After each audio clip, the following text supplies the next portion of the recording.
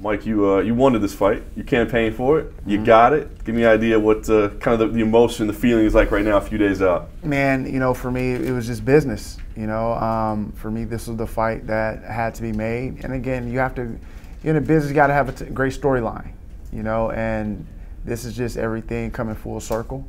And it only made sense to put me in there. And it's gonna especially if you're gonna give him another shot. And to me, in my mind, there's no one else in this world cut out for this fight. I know there are a lot of other people. I know like Jason Frank, a good friend of mine, and I know he won, but they have like legit beef. But I talked to Jason, and there's no way he's making 170 pounds. So with him out of the way, I'm literally the only guy that makes sense. And like I said, I spoke it into existence, and we're here.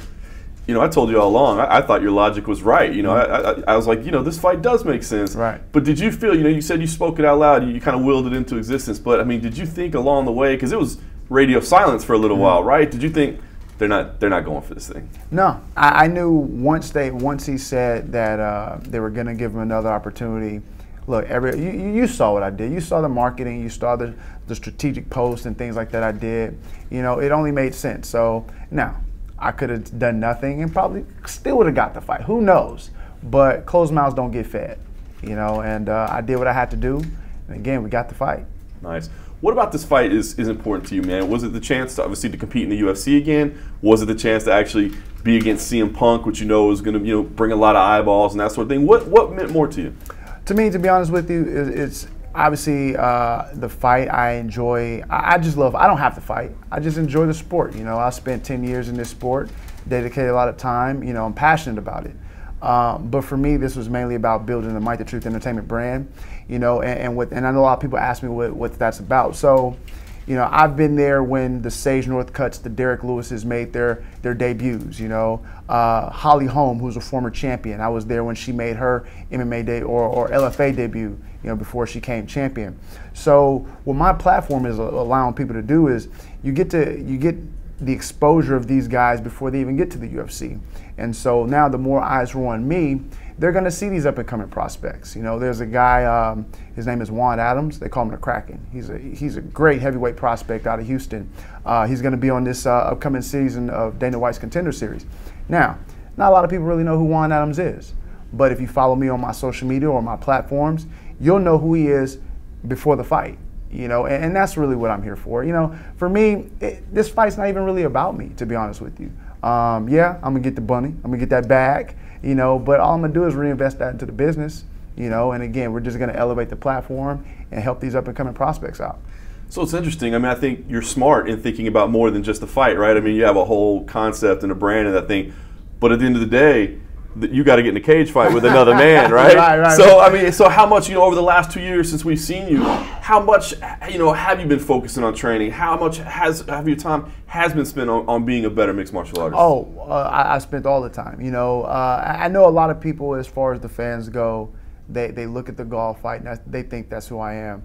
That was just an opportunity I couldn't pass up. So for that leading to the fight, even prior to. So what happened was, leading up to the fight, I took about 8 weeks off, let an injury heal. But even before that, I was boxing and kickboxing. So there was really no MMA training or even grappling training involved. I had to lay off with the injury, came back, and I just jumped back into it. So I started that Monday. I did Monday through Thursday training. And again, I felt like I had taken 8 weeks off of training, I went out of town, and then Saturday I get this call, with this. It wasn't presented that it was going to be in the UFC initially, but after there was a little hesitation on my part. Again, I know how the business goes, and it just didn't, for me, logically, didn't make sense to take that kind of fight on a regional card, But then once it kind of came out, hey, you're going to make your pro debut in the UFC. Look, no one's turning that down. No one in their right mind is turning that opportunity down. And so for me, it was sort of a crash course back into MMA. Again, I had taken outside of the injury. Again, I hadn't been training in MMA at all, So, and it was a short notice fight. I want to say it was I had a month to train, for a legit guy. Mickey Gall is no slouch. He's a high level brown belt. Great prospect, and I think Mickey, with the right training and the right coaching, he can be a future world champion.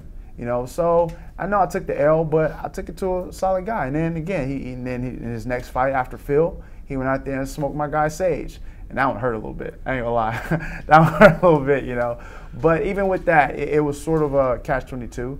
It put things into perspective for me. It's like, yeah, I lost to Mickey, but look what he did to my guy Sage, you know. And Sage is a talented fighter, you know. So, like I said, for me, it only made sense to take that fight. But for this one, yo, we ready. We ready. I was gonna say, I mean, has it been frustrating you over the last couple of years? I mean, has it burned you? Like, because you get it. For most people, that fight's all they've ever seen of you. Mm-hmm. They haven't seen what you've done, you know, in amateur action or in other combat sports. That's what they judge you as. That, you know, you're not a real fighter. You know, I mean, has that burned you at all? You know, maybe 5 years when I was younger. You know, I have a different perspective on life now, an outlook. You know, so I look at things a little bit differently. You know, I ran into Orlando Jones, the comedian, not too long ago. I was shooting an event, and we spoke for a little bit. And one of the things that he mentioned to me, because I asked him, I was like, "Yo, you've been in the game 30 years. You know, how have you been able to do this for so long?" He just looked at me and said with a straight face, he's like, "Because I do it because of me." You know, he doesn't really worry about other people and what they're doing. And it was a great sort of just great perspective to hear someone else say that who's been in this game for so long. So for me, I have to look at it the same way.